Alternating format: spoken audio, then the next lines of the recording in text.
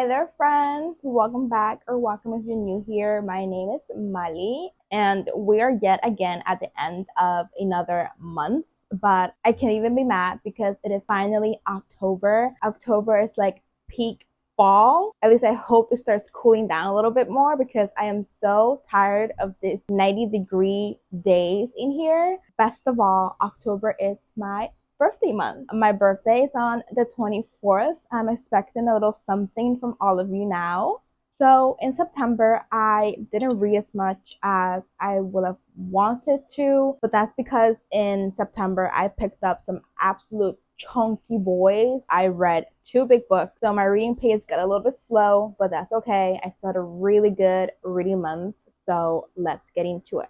The very first book that I read in September was actually a leftover from August, and that was The Hypocrite by Joe Hamya. I read this one on my Kindle. My library hold finally came in, and quite frankly, it never should have. In this one, we follow a daughter and a father who, years before the event of the book, took a vacation to Italy. The daughter grows up to be a playwright, and for her very first play, she decides to recreate the vacation that marked her forever. Her father is in the audience, oblivious to the fact that the play is about him. The narration is mainly told through the father's POV as he's watching the play and realizing that his daughter hates him. At the same time, we do get flashbacks to that vacation that the play is about. My main gripe with this book is that it didn't work as the feminist icon that I think it wanted to be, because the heart of the daughter's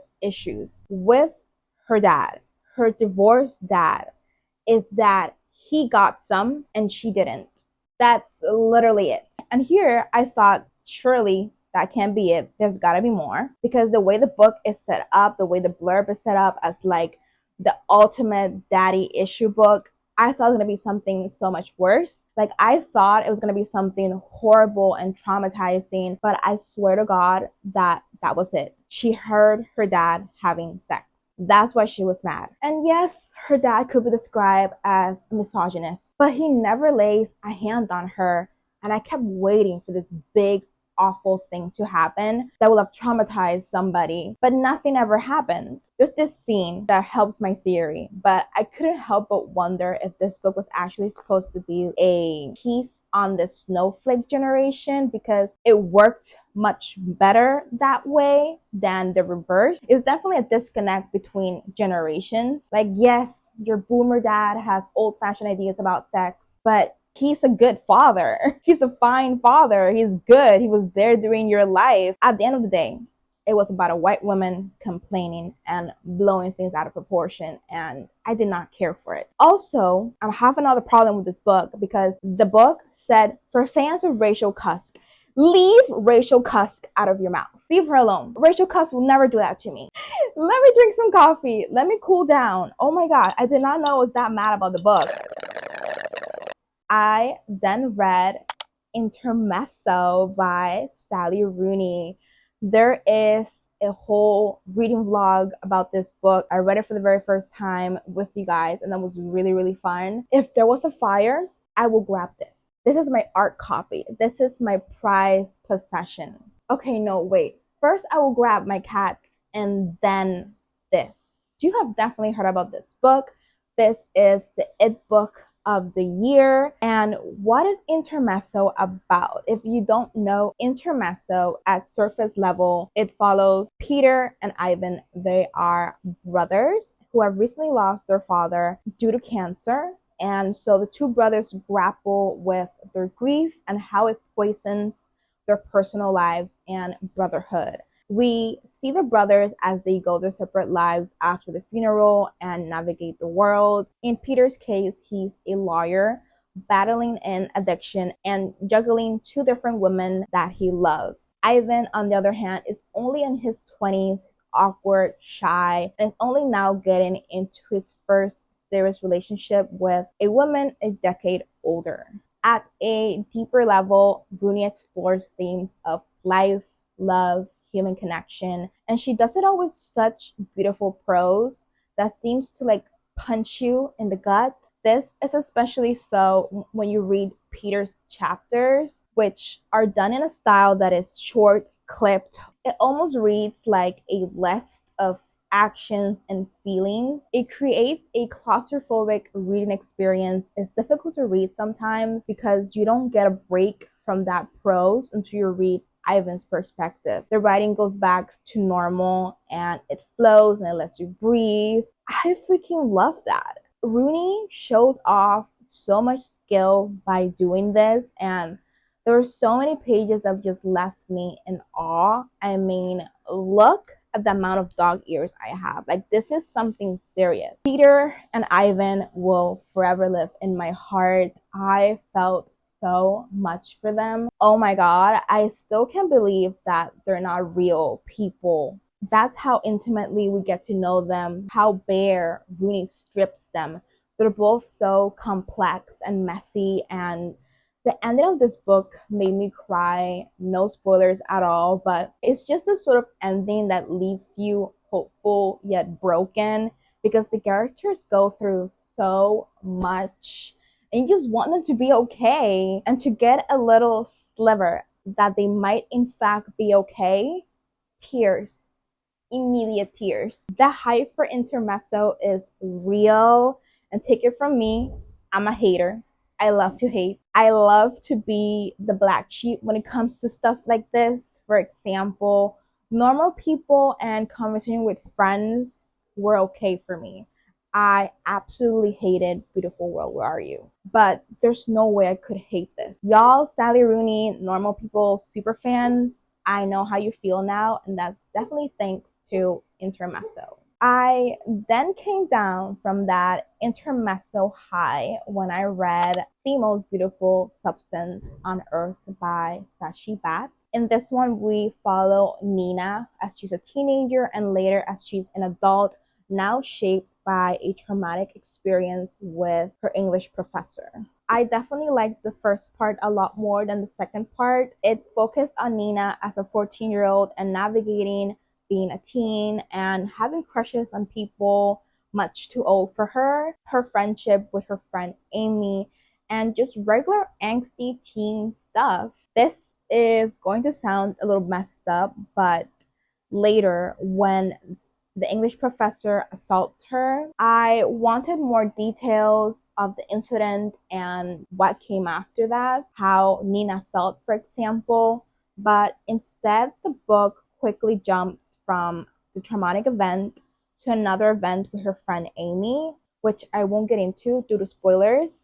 But then the narrative completely forgets about the two events that happened in high school. We jump into her being an adult.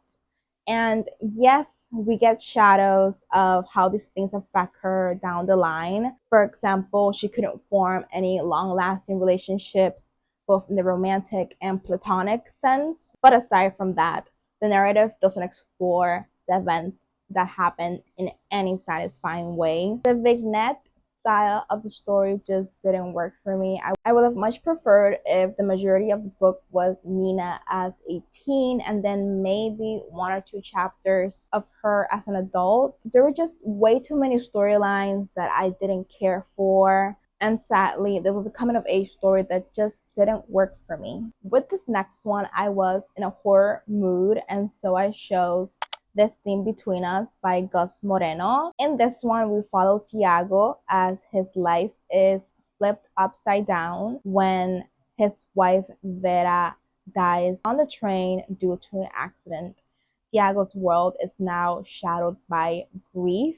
To escape reminders of his wife in their old apartment condo, he decides to buy a cabin in the woods. And of course, we know that's where all the spooky stuff are. So supernatural things start happening. A dog comes back from the dead.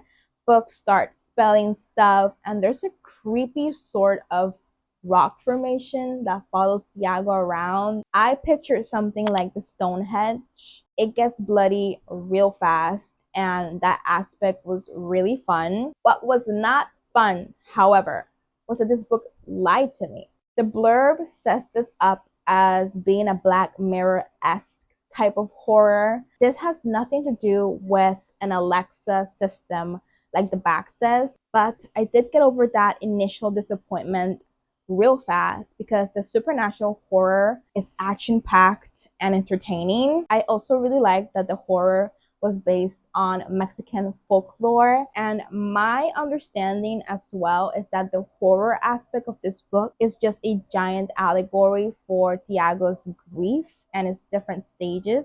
So smart in that aspect. I do wish I liked the ending of this book better. It fell a little flat for me, and I didn't like the almost dreamlike aspect it took. I wanted a more straightforward ending, and this wasn't that. I read the book of the century to come out of Latin America. I'm talking about 100 Years of Solitude. I know that I'm a little late because I was actually supposed to read this in high school like everyone else did, but I never did that. I was scared, I think, and for good reason. This is a sprawling story focusing on the Buendia family for some 100 years. The family is mostly made up of men who founded villages, men who start wars, men who to explore the world, men who fall in love and then kill themselves for love. It's all very dramatic, which made it for a captivating read. There was never a dull moment on the page just because it was always some sort of action thanks to the characters. It definitely read as a soap opera as it was very melodramatic. I am very happy that I read this. I feel so accomplished. I truly just want to bring this book with me everywhere and parade it around. Like, look at me, I'm smart. We are gonna forget that I read this in English, like a pendeja, but I really wanted this specific cover for my collection. So if I had to nitpick though, and sort of reflect on why this Nobel Prize winning book isn't a favorite, is because it was very plot centered. It was very much, oh, this character did this, and so this happened, and then this other thing happened. And it was not like the inner thoughts, desires, or feelings of a couple of characters. Without that inner dialogue, it felt like a TV show. But I enjoyed this one a lot despite that, and I'm very pleased that I read this. This is definitely a book that I want to revisit and reread in the future, and the next time I do, I'm definitely doing it in Spanish. I am still trying to understand how I feel about Martyr by Kaveh Akbar. I went into this one with expectations just through the roof, and it fell short. It did not reach my impossibly high expectations. I so wanted to shout it from the rooftops and declare it my new personal favorite, but that just didn't happen. And it's no one's fault but my own because this book was so well done with prose that was just breathtaking. I highlighted and dog-eared so many pages. I thought that the conversations around mortality and life were haunting, real, and human, but there was something missing. So Martyr follows Cyrus. He's an Iranian man living in the States, which has been his home ever since his father relocated them both after the death of his wife. A USA missile hit the plane that she was in. Years later, during Cyrus' youth as a university student, he falls into the habit of drinking and doing hard drugs. This is especially so after Cyrus's father passes away. Cyrus does eventually come into sobriety, and with that, his obsession with death. He so desperately wants to lead a life with meaning so that his death can have meaning as well. That feeling leads him to Brooklyn, New York, in which he hears about this performance artist whose latest piece is titled Death Speak. She herself is living out her last final days in this museum and opening herself up to uncomfortable conversations. Of course, this is perfect material for Cyrus and his obsession and his new book about martyrdom. The narration in this book is very fluid. You have Cyrus in the present time, Cyrus as a baby, his father, his mother, his friends, Lisa Simpson, Yes, you heard me right. And another array of characters who all have plenty of page time. And at the moment, I like that. But I do think that this would have been a stronger book if it didn't have all those characters. I wanted more of Cyrus and his voice. There's also this thing that happens in this book that cheapened the entire thing for me. It just felt too Lifetime movie. It was too impossible. And it reminded me that I was reading a fiction book. This was definitely being a little stronger if it felt more like out of fiction. That being said, though, I do think that this is a very strong debut, and I'm still looking forward to whatever Kaveh Akbar does next.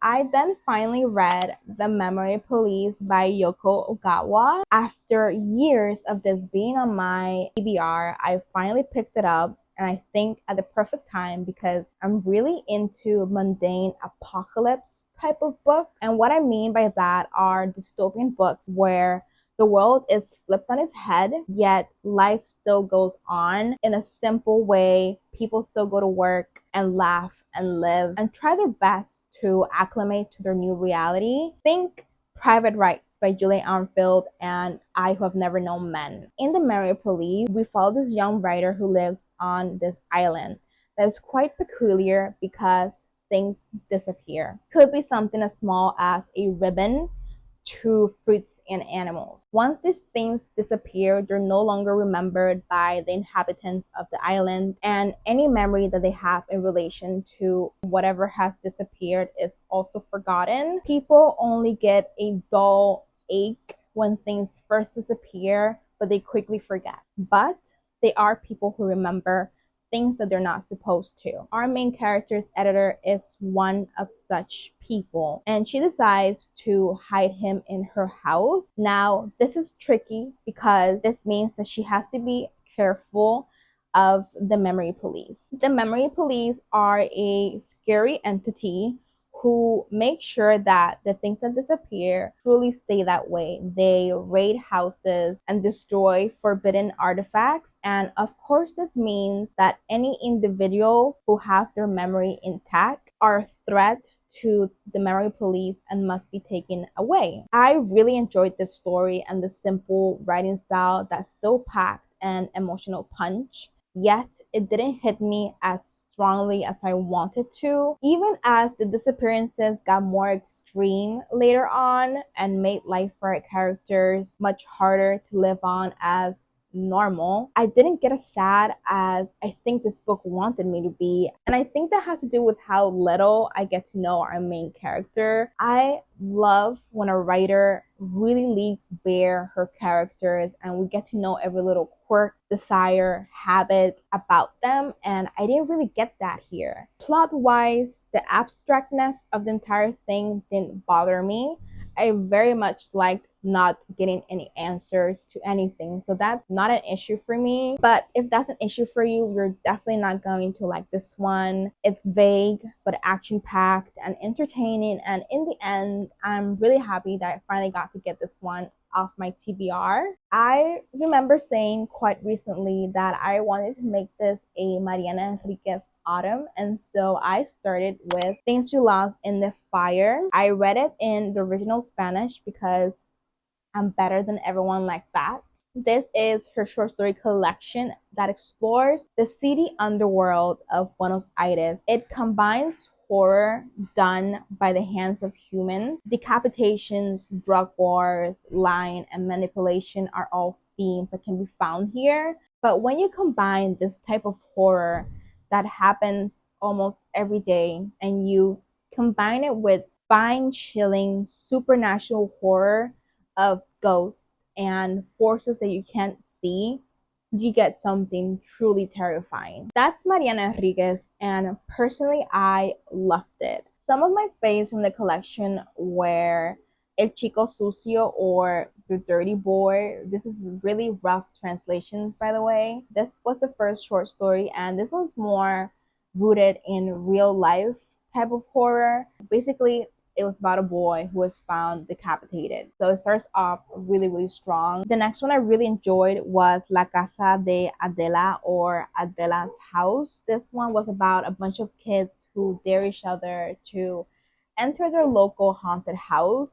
One of them disappears inside the house, and not being able to cope with the guilt, one of them unalives himself years later. There's also Bajo el Agua Negra, Under the Black Waters, in which a federal agent is working on a case of police brutality that has two kids dead because of it. She gets a lead in the case that accidentally leads her to awaken the monster buried under the city water. This is the same river the teens were found dead in. The very last story, the one that the book is titled, is about this woman who was severely burned due to her partner setting her on fire. And she started a revolution of sorts that prompts other women to set themselves on fire, basically before men could do it for them. And the fire liberated a lot of them because it hugely transformed them, and so men left them alone. So that is all the books that I read in the month of September. Overall, it was a very successful reading month for me, and I'm happy that I got to a lot of these books. Let me know if you have any similar thoughts to me, or even if you disagree with my thoughts. Let me know. I love discussing books. I think I will leave you guys here, and I'll see you in the next one. Bye.